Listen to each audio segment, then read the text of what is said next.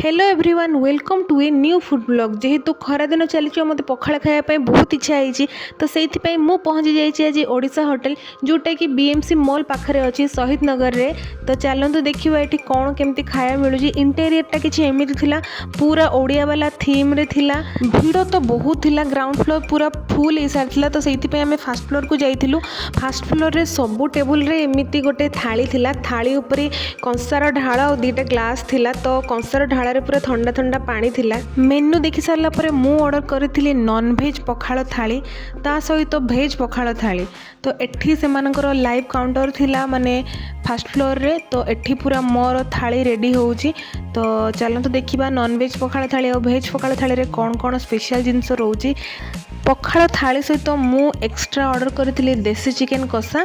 हाँ एठी सबु प्रकार आइटम एभेलेबल रोचे और सबु गुड़ा ओडिया फूड पूरा ऑथेंटिक फूड। तो एठी मोर थाली पूरा रेडी होगी आसी सारी। एमती गोटे बड़ कंसारे आसूची दही पखाड़, से लंका धनिया पत्र भृसंग पत्र पियाज सब एमती छुंक दिखाई ता सहित दही भी पड़ी।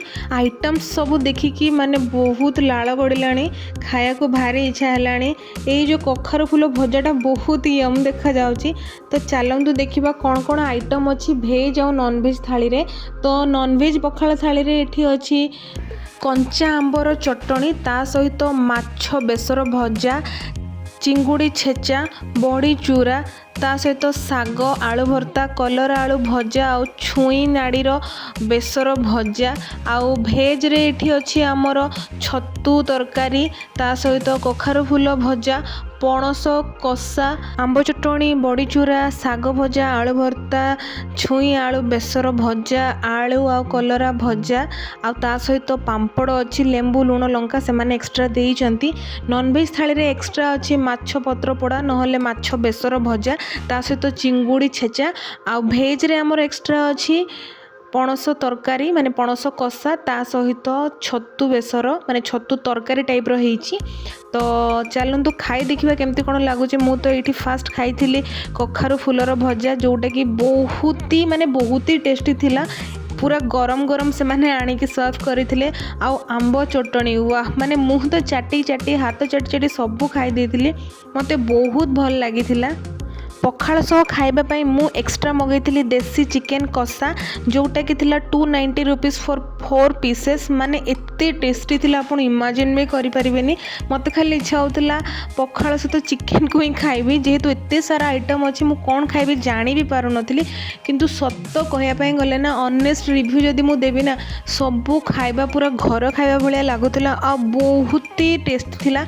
आपण जदि जाइथिबे ओडिशा होटल ताहाले मते निश्चय कमेंट करके कहबे आपण पखाड़ थाली एंजॉय करिसंती कि नहीं। मु तो बहुत एंजॉय कली, मन भरिकी पूरा खाइची। एठी खाली पखाड़ मिलेनी, आपण माने गरम भात भी खाई परिबे, माने गरम मिल भी खाई परिबे। तो लास्ट रे मु खाइथिली मिठा गुलाब जामुन ता सहित रसगोला। विश्वास करिबेनी रसगोलार टेस्ट एते बढ़िया थिला ना, मु गोटे छाड़ी की दुईटा खाई बहुत भल लगी। आपण एठी गले थरे निश्चय ट्राए करिवे एमानकर रसगोला। तो नॉन भेज थालीर प्राइस थिला 400 रुपीज आउ भेज थालीर प्राइस थिला 350 रुपीज। बहुत आत्मा शांति खाइबा एठी मिलुची। आपण माने थरे जांतु आउ एमती खाइबा एंजॉय करंतु। लास्ट रे मु तांकर से ढालरू पितल ढालरू ग्लास को पानी ट्रांसफर करिकना पीथिली पूरा ठंडा पानी। माने एमानकर थीम मते बहुत भल लागिला आ मु बहुत एंजॉय कली। आपण माने के एई होटल विजिट करचंदी मते कमेंट करके निश्चय जणेबे। वीडियो भल लागिथिले लाइक शेयर एंड सब्सक्राइब करिवे। Thank you so much.